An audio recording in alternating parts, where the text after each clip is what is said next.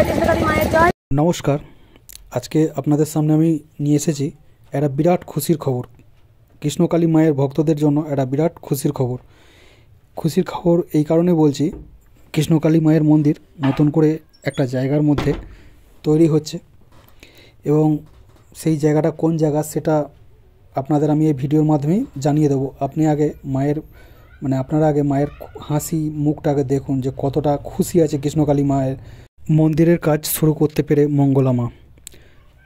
তো এই হচ্ছে সেই জায়গা যেখানে কৃষ্ণকালী মায়ের মন্দির শুরু হচ্ছে, কাজ শুরু হচ্ছে। সবথেকে প্রথমে ধন্যবাদ জানাবো এই যে দাদাটাকে। এই দাদাটা ইনি জায়গার ব্যবস্থা করে দিয়েছেন এবং সমস্ত কিছু ব্যবস্থা উনি করে দিয়েছেন। ধন্যবাদ জানাই দাদা। আমাদের মন্দির আস্তে আস্তে উঠে যাচ্ছে, ভেঙে যাচ্ছে, কেউ সারানোর লোক নাই, কিন্তু আপনি যে একটা মন্দির তৈরি করার জন্য এতখানি একটা জায়গা ব্যবস্থা করে দিয়েছেন, আপনাকে অনেক অনেক ধন্যবাদ, অসংখ্য ধন্যবাদ। আমি আমার শ্রোতাদের তরফ থেকেও আপনাকে অনেক ধন্যবাদ জানাচ্ছি। আর এই মন্দির এখন সবে শুরু হয়েছে, আপনারা কেউ এখন আসবেন না, প্রথম আগে কমপ্লিট হয়ে যাক, তারপরে আপনাদের ভিডিওর মাধ্যমে জানানো হবে। এই জায়গাতেই দেখুন কতটা খুশি মা, আপনারা নিজেদের চোখে দেখুন। এখানে এখন সাবমার্শালের কাজ চলছে আর একটা নর্মাল ঘর এখন করা হয়েছে মাকে রাখার জন্য।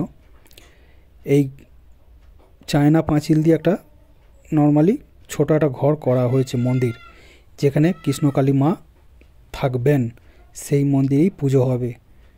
তো আপাততর জন্য এখন এই একটা জায়গাতে করা হয়েছে। ওখানে কৃষ্ণকালী মা মঙ্গলা মায়ের ওপর যে একটা টর্চারিং হয়েছে, এর জন্য আপনারা বুঝতে পারছেন না যে কত মানুষের সমস্যা হয়ে গেল।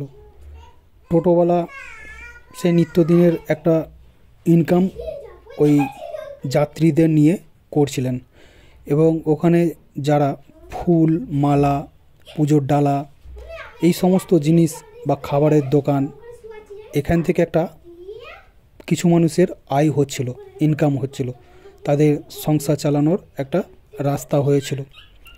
তো সেটাও বন্ধ হয়ে গেল।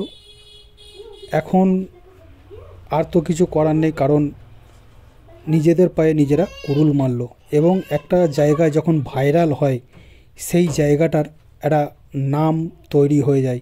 যদিও নাম থাকে, তারপরেও একটা বিভিন্ন দেশ দুনিয়া মানুষ সেই জায়গা চিনে যায়। আর আপনাদের আমি বলি যে জায়গাটা কোথায়। এই জায়গাটা হচ্ছে বর্ধমান টু কানলা রোড, বর্ধমান থেকে কানলা রোড। এই বর্ধমান থেকে কানলা রোড আপনারা গঞ্জও আসতে পারেন, গঞ্জ থেকে আপনাদের আবার ব্যাকে আসতে হবে অনেকটা পিছন, অনেকটা বলতে 10-15 টাকা হয়তো টোটোয় ভাড়া নেবে, আপনাদের পিছনের দিকে আসতে হবে। আর গ্রামটার নাম আপনাদের আমি বলি যে আপনারা পীরতলা বলে একটা বাস স্টপেজ আছে, এই পীরতলা বলে বাস স্টপেজ আপনাদের নামতে হবে, নেবে একটুখানি সামান্য আসতে হবে। তো দেখুন আমাদের মঙ্গলা মা আজকে কতটা খুশি। এই খুশি দেখলেই আপনারা বুঝতে পারবেন যে মায়ের মন্দির তৈরি হয়ে গেল, এবার আপনাদের আসার পালা।